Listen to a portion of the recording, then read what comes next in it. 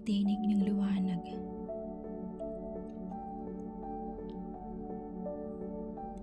Sa gilid ng dilim, tahimik, mapayapa ang gabi, ngunit ang isipan ko'y parang kulog na walang patid. Sumisigaw sa kawalan, naghahanap ng sagot sa mga katanungan na walang katapusan. Bakit ako? Bakit ganito? Hanggang kailan ko pa ito kakayanin? Ang bawat araw ay laban, at ang bawat umaga pakiramdam ko ay talunan na agad bago pa man magsisimula ang laban. Kumakapit sa ngiti pero ang puso ko'y wasak sa loob. Nagtatago sa tawa pero ang kaluluwa ko'y umiiyak sa dilim. Ilang beses ko nang sinabi, pagod na ako. Pagod na sa pakikipaglaban sa mga multong ako rin ang lumikha. Pagod na sa paghingi ng tulong sa mga taong hindi marunong makinig. At minsan, inisip ko na lang, baka mas madali kung bibitaw na lang. Baka mas nakakalipad ang saranggola kung puputulin ang lupit na pula. Baka tahimik kung magpahinga na lang ng tuluyan.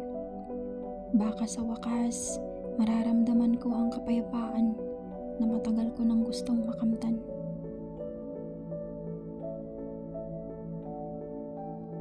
Ngunit sa sandaling iyon, habang hawak ko ang pagitan ng oo at ayoko na, habang ang isipan ko'y puno na ng pagdududa, may bulong na dumampi sa puso ko.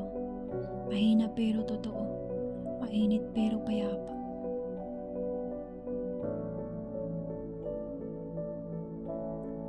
Parang hangin dahang-dahang humahaplos sa balat at sinasabing, anak, nandito ako. Napahinto ako at doon ko naramdaman na hindi pala ako nag-iisa. Dahan-dahang hinahawi ang ulap sa aking isipan. Dahan-dahang binabalot ng liwanag ang kadiliman. Habang umiiyak ako sa dilim, may Diyos na nakikinig sa bawat paghigpit. Habang gusto ko nang sumuko, may mga kamay na handang yumakap na minsang ipinako sa krus ng Kalbaryo. At siya ngayon ay nandito. Hindi lang ngayon, kundi sa bawat paghakbang ng mga paa patungo sa taling nakabitin na nakaplanong doon gusto ang buhay ay putulin.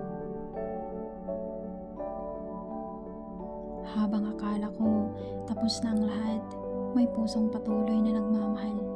Hindi dahil karapat-dapat, kundi dahil siya ay tapat. Isang tinig ang aking narinig, anak, halika. Sa akin ka magpahinga. At sa unang pagkakataon, yung bigat na hindi ko maibaba, unti-unting nabubura. Hindi dahil nawala na ang problema, kundi dahil may kasama na ako sa pagdadala. Hindi dahil tumila na ang pagbuhos ng ulan, kundi dahil may Diyos na payong ng pag-asa.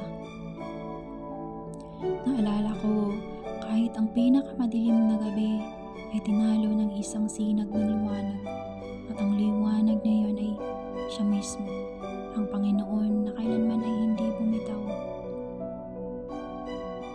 Sabi nila, ang buhay ay mahirap. Tama, pero sa piling niya, ang hirap ay nagiging pagkakataon para mararamdaman mong buhay ka. Kaya kung ikaw man ito, yung nakikinig na pagod na sa mundo, yung umiiyak ng palihim, yung gustong sumuko, pakinggan mo. Hindi mo kailangang tapusin ang kwento. Hindi mo kailangan lagyan ng tuldok ang paksa dahil may Diyos na gustong sulatin ang susunod na kabanata, at sa kanyang mga kamay, ang bawat pahina ng sakit ay nagiging tula ng pag-asa. Kaya huminga ka. Isa pa ulit hanggang sa maramdaman mong siya ang hangin na nagpupuno sa'yo. At kapag tinanong mo ulit, bakit ako? Ang sagot ay simple. Dahil mahal ka niya, hindi niya hahayaan na tapusin ang buhay mo sa dilim. Dahil siya mismo ang liwanag.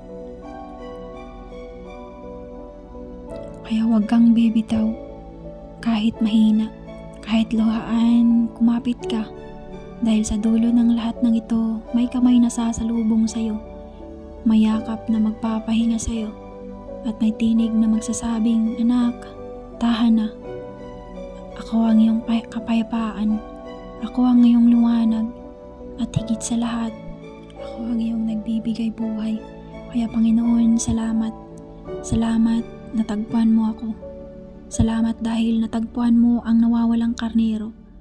Salamat Panginoon dahil minahal mo ako.